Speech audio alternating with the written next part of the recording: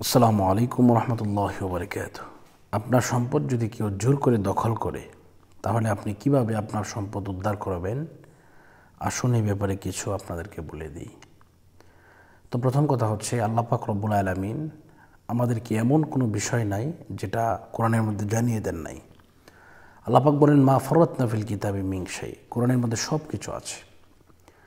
কেউ যদি আপনাকে জোর জুলুম করে আপনার সম্পত্তি নিয়ে যায়, আপনি ধৈর্য ধরুন এবং আল্লাহর কাছে বলুন। একটি খতম আছে, জালালি খতম, যা হচ্ছে বিপদের খতম। আপনার মাল কেউ যদি আত্মসাৎ করে আপনাকে জোরপূর্বকভাবে বাধা দেয় আপনার মাল আপনি ভোগ করতে, তাহলে আপনি আল্লাহর কাছে এই খতমটি আপনি পড়তে পারেন। দেখবেন ইনশাআল্লাহ এই খতমটি পড়ার কারণে বা পড়ানোর কারণে আপনার সম্পদ আপনাকে দিতে বাধ্য হবে। যদি না দেয় তাহলে সে অসুস্থ হবে। তো আসুন আমরা এই খতমটি আমরা একটু পড়ে নিই, আমরা একটু জেনে নিই। তো বিসমিল্লাহ সহ প্রথমে ওযু করতে হবে, এরপরে বিসমিল্লাহ সহ সূরা ফাতিহা একবার পাঠ করতে হবে, এরপরে বিসমিল্লাহ সহ সূরা ইখলাস 3 বার পাঠ করতে হবে। কয়েকবার দরুদ শরীফ পাঠ করার পরে লা ইলাহা ইল্লা আনতা সুবহানাকা ইন্নী কুনতু মিনাজ জালিমিন এটা পাঠ করতে হবে।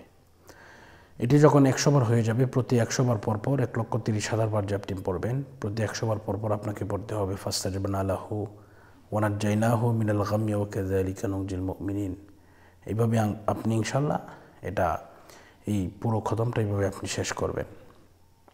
আপনি যদি ফ্যামিলিতে লোক বেশি থাকে, আপনি যদি পড়তে পারেন, এটা একা পড়া সম্ভব নয়, তাহলে ইনশাআল্লাহ ফ্যামিলির লোকদেরকে নিয়ে পড়তে পারেন। আর যদি মনে করেন যে হুজুর সময় নেই অথবা আমার দ্বারা পড়া সম্ভব নয়, তাহলে ইনশাআল্লাহ আমাদেরকে বললে আমরা ইনশাআল্লাহ এটা পড়ে দিতে সক্ষম হব ইনশাআল্লাহ। তো আল্লাহ পাক আমাদের সকলকে কবুল করুন। যদি যোগাযোগ করতে চান, আপনারা এই নাম্বারে যোগাযোগ করবেন 01643063744। আল্লাহ পাক আমাদের সকলকে কবুল করুন, মঞ্জুর করুন। এই মুহূর্তে বিদায় নিচ্ছি। আসসালামু আলাইকুম ওয়া রাহমাতুল্লাহি ওয়া বারাকাতুহু।